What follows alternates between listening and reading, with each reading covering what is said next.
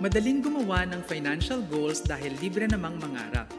Ngunit marami sa atin ay mananatili lang na pangarap ang mga ito, lalo na kung hindi magsisikap at walang pag-uumpisahan.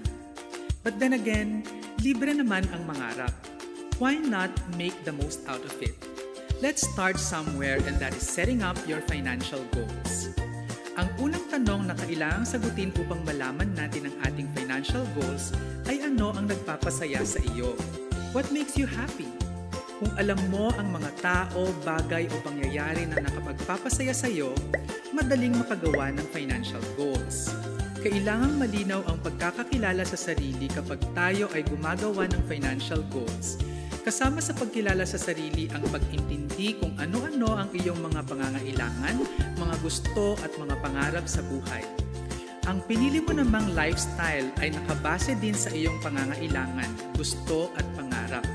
Gumagastos ka kapag isinasabuhay mo ang pinili mong lifestyle.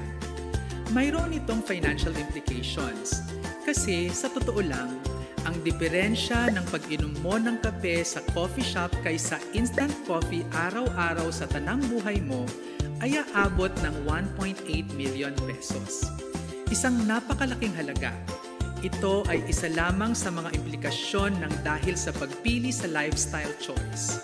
Kapag pinagpatong-patong mo naman ang mga pinili mong lifestyle choices, paninigarilyo, madalas na pagkain sa labas, magarbong bakasyon at ang pagkakaroon ng pinakabagong gadgets kada taon, doon mo mapagtatanto kung bakit hindi umuunlad o napapako sa financial startup stage ang karamihan.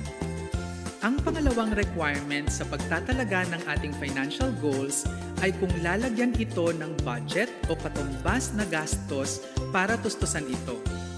Lagi nating sinasabi na libre ang mangarap. Ngunit hindi kumpleto kung susundin ang panuntunan ng personal finance. Kinakailangan kasing lagyan ng budget ang ating mga pangarap para kapag tayo ay nagplano sa pag-abot ng ating mga pangarap, nagiging makatotohanan ang mga ito. Isa kasi sa mga pinakanatatandaan ko noong ako ay nag-aaral pa ng aking master's sa Asian Institute of Management ay ang sinabi ng isa sa aking mga propesor, "What you cannot measure, you cannot manage." Kaya kapag nilagyan natin ng budget o halaga ang ating mga pangarap, isa na itong paraan ng pagsukat nito. Ito ang unang gawain tungo sa pagkamit ng mga pangarap o financial goals. Ang pangatlong aspeto ay timing. Kapag ikaw ay gagawa ng iyong financial plan, kailangang alam mo kung kailan mo gustong maabot ang iyong mga financial goals.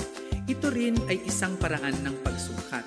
Kapag pinagsama natin ang paglalagay ng halaga o budget sa ating financial goals at pag-alam kung kailan mo gustong makamtan ang mga ito, nangangahulugang mayroon ka ng malinaw na financial goals. Mas madali at mas madidiskartehan ang pagkamit sa mga financial goals. Gawin ang mga sumusunod. Ilista lahat ng iyong financial goals. Pagkatapos ay alamin kung magkano ang aabutin na halagang budget at ang target date kung kailan mo ito nais makamtan. Huwag malula o matakot sa napakalaking halagang kakailanganin upang matupad ang iyong mga pangarap. Pagkatapos naman na malagyan ng halaga at timing ang iyong financial goal, ang susunod naman na kailangang gawin ay iprioridad ang mga ito. Ang pagpili mo kung ano ang uunahin mo sa mga nailista mong financial goals ay nagsasabi ng marami kung ano ang mga pagpapahalaga o values mo sa buhay.